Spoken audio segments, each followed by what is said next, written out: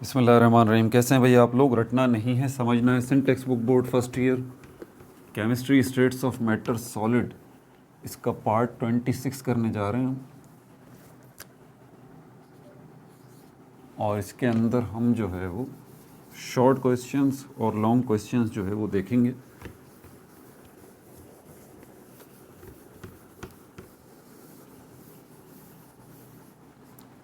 आपकी बुक में मौजूद इस चैप्टर के लास्ट में जो शॉर्ट क्वेश्चंस लॉन्ग क्वेश्चंस हैं उनको डिस्कस करेंगे।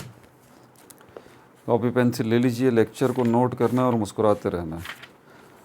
पिछली वीडियोस अगर नहीं देखी हैं तो अब नए आने वालों के लिए कोई भी वीडियो आप खोल लीजिए, उसकी डिस्क्रिप्शन में जाइए तो वहाँ पर आपको जितनी प्लेलिस्ट हैं उनके लिंक्स जो है वो मिल जाएंगे। 11th केमिस्ट्री की प्लेलिस्ट का लिंक भी इसी वीडियो की डिस्क्रिप्शन में आपको मिल जाएगा। क्लिक कीजिए और पिछले चैप्टर्स की जितनी वीडियोस हैं, जितने चैप्टर्स हैं, चैप्टर नंबर 1, 2, 3, 4, 5, जितने एग्जाम्पल्स हैं, जितने सेल्फ असेसमेंट हैं, जितने MCQs हैं, न्यूमेरिकल्स हैं, प्रॉब्लम्स हैं, short question answer, long question answers, हर टॉपिक के ऊपर लेक्चर, सब कुछ मौजूद है। कुछ भी नहीं छोड़ा, एक नुक्ता भी नहीं छोड़ा है पिछले चैप्टर्स में से, तो वो देख लीजिए। इसके अलावा और भी प्लेलिस्ट के लिंक्स मौजूद हैं, हर वीडियो के डिस्क्रिप्शन में आपको मिलेंगे। Matric biology, matric Pakistan study, इनके प्लेलिस्ट के लिंक्स मौजूद हैं। Basics of chemistry, basics of mathematics, basics of English language, इनकी प्लेलिस्ट के लिंक्स मौजूद हैं। ओल्ड बुक्स जो हैं सिंध टेक्स्ट बुक बोर्ड की, केमिस्ट्री है, फिज़िक्स है, मैथमेटिक्स है, इनकी प्लेलिस्ट के लिंक्स भी मौजूद हैं। ओल्ड बुक्स के मॉडल पेपर्स जो कराची हैदराबाद बोर्ड के हैं, तो उनके मॉडल पेपर्स के सॉल्यूशंस के ऊपर भी वीडियोस बनाई हुई हैं, उसकी प्लेलिस्ट का लिंक भी मौजूद है। मॉडल पेपर्स के नाम से देखें लिखा हुआ होगा मॉडल पेपर्स, तो आप chemistry, physics, biology, mathematics model papers जो बोर्ड के हैं उनके अगर आप देखना चाहते हैं सॉल्यूशंस तो उनकी भी वीडियोस मौजूद हैं। मैट्रिक के बाद क्या करना है, सेकेंड ईयर के बाद क्या करना है, हम अपने फ्यूचर में क्या करें, क्या हम करें आगे बढ़ के, कैसे बनाएं अपना फ्यूचर, मोटिवेशन के नाम से प्लेलिस्ट मौजूद है। देखिए उसके अंदर आपको सारी टिप्स मिलेंगी। टू द पॉइंट कॉन्सेप्ट चाहिए किसी चीज़ का, 1 मिनट के अंदर आपको कि ये क्या है, ये क्या है। वॉट सीरीज़ पूरी की पूरी बनाई है, शॉर्ट्स के नाम से प्लेलिस्ट का लिंक मौजूद है, देख लीजिए। शॉर्ट्स बने में मेरे ख्याल 300 to 500 तक, 500 के लगभग शॉर्ट्स जो हैं मैंने बनाई हैं, 1-1 मिनट के हैं। एटम क्या है, मॉलिक्यूल क्या है, आयन क्या है, ये सब आपको पता लग जाएगा उसके अंदर।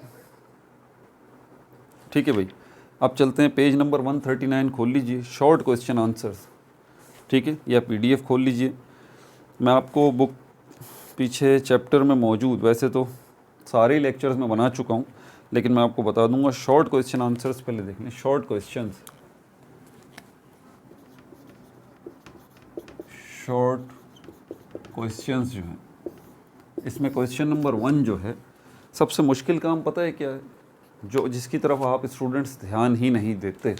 सबसे मुश्किल काम है सवाल को समझना कि वो आपसे चाहता क्या है, क्योंकि आप अच्छा जवाब देना चाहते हैं तो वो आप जब ही दे सकते हैं जब आपको सवाल समझ में आए। अगर आपको किसी का सवाल समझ में ही नहीं आएगा, और सवाल होते हैं इंग्लिश में, आप उनको पढ़ेंगे, समझेंगे, हाँ भाई आपसे ये क्या चाहता है, तो ही आप जवाब देंगे ना। अब पता चल रहा है वो पूछ रहा है आपसे मशरिक़ के बारे में, आप जवाब दे रहे हैं मगरिब के बारे में, तो काम ख़राब हो जाएगा ना। इसलिए सबसे मुश्किल काम है सवाल को समझना। अब ये सवाल मैं पढ़ रहा हूँ, आप देख लीजिए। क्वेश्चन नंबर 1 शॉर्ट क्वेश्चंस में आपसे बोल रहा है डिफ़ाइन द फॉलोइंग टर्म्स। आपको डेफिनेशन लिखनी है। डेफिनेशन 5, 6, 7 लाइनों की होती है, इससे ज़्यादा की कहानी कुछ भी नहीं होती। डेफिनेशन में आपको ये बताना होता है कि भाई ये क्या है और इसके काम क्या होते हैं, इसके ख़वास क्या होते हैं। मुख्तसरन ये डेफिनेशन कहलाती है। जैसे कि किसी डेफिनेशन पूछता हूँ मैं, मार्कर की डेफिनेशन बताइए, मार्कर की, तो आप पहले बताएंगे ये क्या है, ये एक चीज़ है। आगे फिर तफसीलात बताएंगे क्या करते हैं हम इससे लिखते हैं, ये मुख्तलिफ़ कलर्स में होती हैं, बला बला 2, 3, 4, 5 चीज़ें आपने बता दी। तो यहाँ पर डेफिनेशन ही बतानी है। Allotropy, sublimation, melting point, unit cell, इनकी आपको डेफिनेशंस जो हैं वो बतानी है। ये डेफिनेशंस आपको कहाँ से मिलेंगी? ये डेफिनेशंस जो हैं वो आपको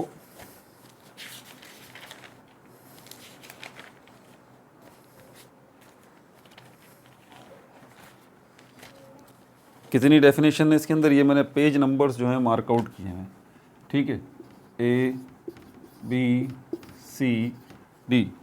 पहली डेफिनेशन कौन सी है, एलोट्रॉपी की। एलोट्रॉपी की डेफिनेशन के लिए पेज नंबर 127 पे चले जाइए, पेज नंबर 127, और वहाँ पर हेडिंग नंबर होगा 6.3.9।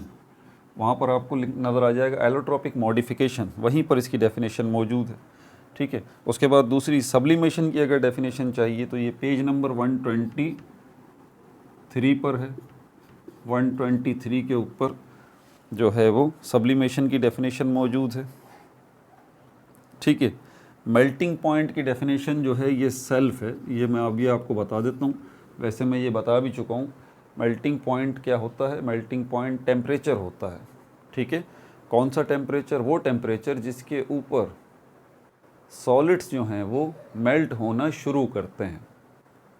क्या कहा मैंने, मेल्टिंग पॉइंट क्या है, ये वो टेम्परेचर है जिस पर सॉलिड्स मेल्ट होना स्टार्ट करते हैं, तो इसको हम मेल्टिंग पॉइंट कहते हैं। तो इसका जवाब मैंने आपको सेल्फ यहाँ लिखा है कि ये सुन लीजिए और ये लिख लीजिए। वैसे आसान सी डेफिनेशन है, गूगल भी कर सकते हैं मेल्टिंग पॉइंट की डेफिनेशन।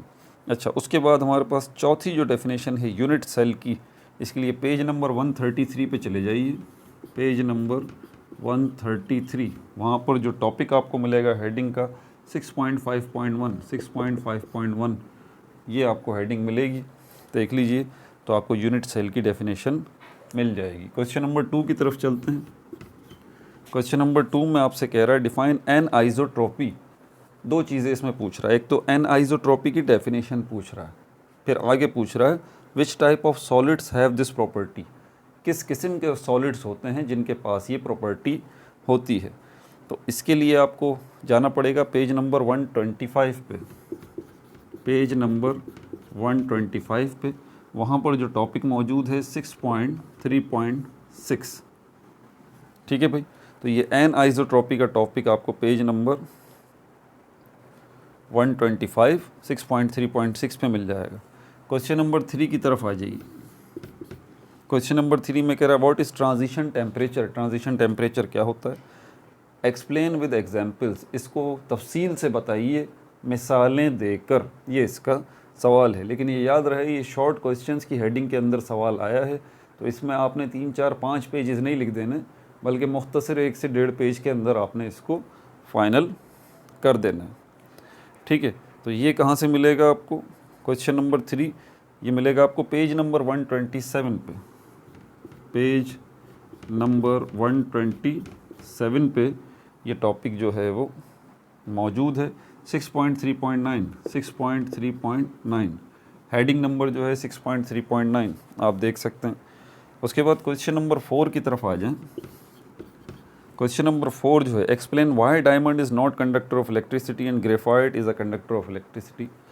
डायमंड जो है वो नॉन कंडक्टर है इलेक्ट्रिसिटी का, डायमंड में से इलेक्ट्रिसिटी जो है वो पास नहीं हो सकती, डायमंड अलाउ नहीं करता इलेक्ट्रिसिटी को कि वो गुजर सके, ठीक है। जबकि ग्रेफाइट जो है वो तो अलाउ कर देता है, हालांकि दोनों ही कार्बन की एलोट्रॉपिक मॉडिफिकेशंस हैं, दोनों ही कार्बन के बने हुए हैं। तो क्या वजह है, उसकी वजह है फ्री इलेक्ट्रॉन्स। ग्रेफाइट के अंदर फ्री इलेक्ट्रॉन्स मौजूद हैं, ठीक है, एक सिमत में, और उन्हीं फ्री इलेक्ट्रॉन्स की हरकत की वजह से इलेक्ट्रिसिटी जो है वो उसमें से पास हो जाती है ग्रेफाइट के अंदर, ठीक है। तो ये टू द पॉइंट इसका जवाब है। मज़ीद इसके लिए आपको पेज नंबर 129 पे जाना पड़ेगा, पेज नंबर 129 पे आपको जाना पड़ेगा, और पेज नंबर 130 पे जाना पड़ेगा। 2 पेजेस पे इसकी तफसील मौजूद है। इसमें मैं वीडियो भी बना चुका हूँ, आप वीडियो भी देख सकते हैं। 6.4.2 6.4.2 ये टॉपिक नंबर भी आ गया। क्वेश्चन नंबर 5 की तरफ चलते हैं। क्वेश्चन नंबर 5 जो है वो कह रहा है define lattice energy. Lattice energy बताइए कि भाई ये क्या होती है। Explain how it is affected by size and the charge of ion. 3 बातें इस सवाल में उसने बोली हैं आपसे करने को। पहली उसने बोला है कि डेफिनेशन बताइए लैटिस एनर्जी की क्या है, 4-5 लाइंस में लिख दीजिए, ठीक है। फिर अगला जो है वो टेक्निकल बात पूछ रहा है, वो हाउ, तफसील बताइए, हाउ कैसे, कैसे जो है लैटिस एनर्जी जो है उसका ताल्लुक़ है आयन के साइज़ से और आयन के चार्ज से। क्या लेटिस एनर्जी बढ़ जाती है, घट जाती है, इसका आयन के साइज़ से और आयन के चार्ज से क्या ताल्लुक़ है, इसके ऊपर भी मैं तफसीली वीडियो बना चुका हूँ। पेज नंबर नोट कर लें, पेज नंबर 124 पे ये आपको मिल जाएगा, ठीक है। पेज नंबर 124 पे वहाँ एक जो है वो page number 135 sorry page number 135 page number 135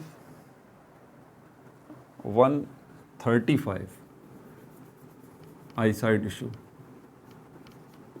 135 page पे और 136 पेज पे। टॉपिक नंबर क्या है इसका? 6.5.3 ये टॉपिक नंबर है, ये आपको मिल जाएगा। 6 पे आ जाइए। 6 क्वेश्चन जो है, डिफ्रेंशिएट बिटवीन द फॉलोइंग, आपसे बोल रहा है कि डिफरेंसेस बताइए, फ़र्क बताइए किसके अंदर। एक तो क्रिस्टलाइन और एमोर्फस सॉलिड्स जो हैं इनके अंदर फ़र्क बताइए आप। दूसरा आइसोमॉर्फिज्म और पॉलीमॉर्फिज्म, इनके दरमियान फ़र्क बताइए। तो ये आपको कहाँ मिलेगा? ये आपको मिलेगा पेज नंबर 124 पे एक टेबल मौजूद है। पेज नंबर 124 पे एक टेबल मौजूद है जो क्रिस्टलाइन सॉलिड और एमोर्फस सॉलिड्स का फ़र्क आपको बता देगा। दूसरी बात, आइसोमॉर्फिज्म और पॉलीमॉर्फिज्म, ये आपको मिलेगा पेज नंबर 126 पे, पेज नंबर 126 पे। और यहाँ दो टॉपिक हैं, 6.2.7, 6.3.7, 6.3.7 और 6.3.8, ये दो टॉपिक है जहाँ पर आपको आइसोमॉर्फिज्म और पॉलीमॉर्फिज्म के पॉइंट्स मिल जाएंगे। वैसे मैं इसके ऊपर वीडियो भी बना चुका हूँ, ठीक है। क्वेश्चन नंबर 7 की तरफ चलते हैं। क्वेश्चन नंबर 7 के अंदर आपके पास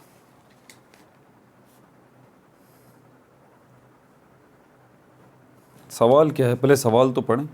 explain the following with scientific reason, ये बड़े अहम होते हैं। साइंटिफिक रीज़न जो है ना, इनमें से कोई ना कोई एग्ज़ाम में आपके आ ही जाता है, ठीक है। साइंसी वजह बताइए, साइंटिफिक रीज़न मतलब साइंसी वजह बताइए किस चीज़ की। Why the compressibility of solid is nearly zero, ठीक है, कि कंप्रेसिबिलिटी जो है वो सॉलिड्स की वो तकरीबन ज़ीरो है। इसका मतलब ये कि आप अगर कंप्रेस करना चाहेंगे सॉलिड्स को तो बहुत मुश्किल से कोई बहुत ही स्लाइट सा कंप्रेस होंगे सॉलिड, वरना बहुत मुश्किल है सॉलिड्स को कंप्रेस करना। इसकी वजह क्या है? तो इसकी वजह जानने के लिए आपको जाना पड़ेगा पेज नंबर 122 पे, पेज नंबर 122 पे। अब ये पेज नंबर 122 पे आप आ जाएं ताकि मैं एग्जैक्ट वो अल्फाज आपको बता दूं जहां पर ये लिखा हुआ है। पेज नंबर 122 पे आप आ जाएं। पेज नंबर 122 पे ये आपको कंप्रेशन की हेडिंग नज़र आ रही है, कंप्रेशन की हेडिंग नज़र आ रही है। ये 3 लाइन्स हैं, इन 3 लाइन्स के अंदर इस बात का जवाब मौजूद है कि क्या वजह है, क्या वजह है कि सॉलिड्स जो हैं वो नियरली अनकम्प्रेसिबल होते हैं, ठीक है, उनकी कंप्रेसिबिलिटी तकरीबन ज़ीरो होती है। उसके बाद आ जाएं इसका दूसरा सवाल। इसमें क्या बात उसने पूछी है? इसमें बात पूछी है उसने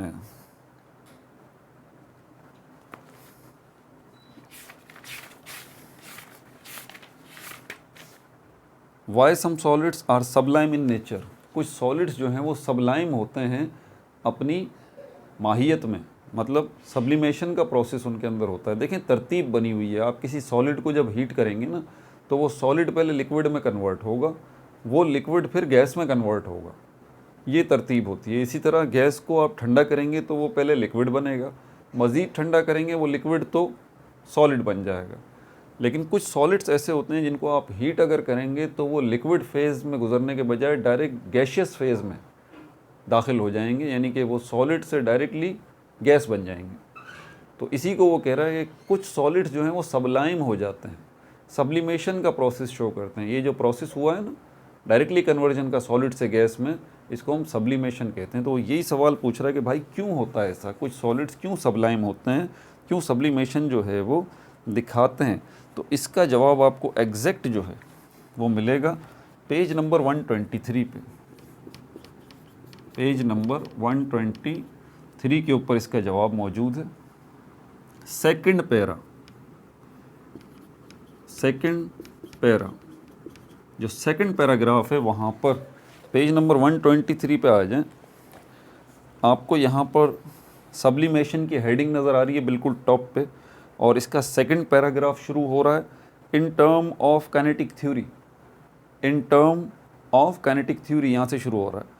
उसके बाद इसका साइंटिफिक रीज़न आ रहा है क्यों सबलाइम होते हैं कुछ solid. The attractive forces in these solids are quite weaker, कि अट्रैक्टिव फोर्सेस जो होती हैं इन सॉलिड्स के अंदर वो इंतहाई कमज़ोर होती हैं कंपेयर्ड विद ऑर्डिनरी सॉलिड्स, आम सॉलिड्स के मुकाबले में। थस लिहाजा ऑन हीटिंग, हीट करने पर हाई एनर्जी सरफेस पार्टिकल्स, जो उस सॉलिड की सरफेस पर पार्टिकल्स होते हैं वो हाई एनर्जेटिक होते हैं ऑलरेडी, ठीक है। On heating high energy surface particles of these solids, इन सॉलिड्स के सरफेस के high energy particles directly pass into vapours, तो वो क्या करते हैं कि वो डायरेक्टली वेपर्स में कन्वर्ट हो जाते हैं। ये इसका साइंटिफिक रीज़न भी आ गया, ठीक है भाई। अपना बहुत ज़्यादा ख्याल रखिएगा। शॉर्ट क्वेश्चंस हो चुके, लॉन्ग क्वेश्चंस हम इसके पार्ट 27 में इंशाल्लाह डिस्कस करेंगे। और like no subscribe, only share.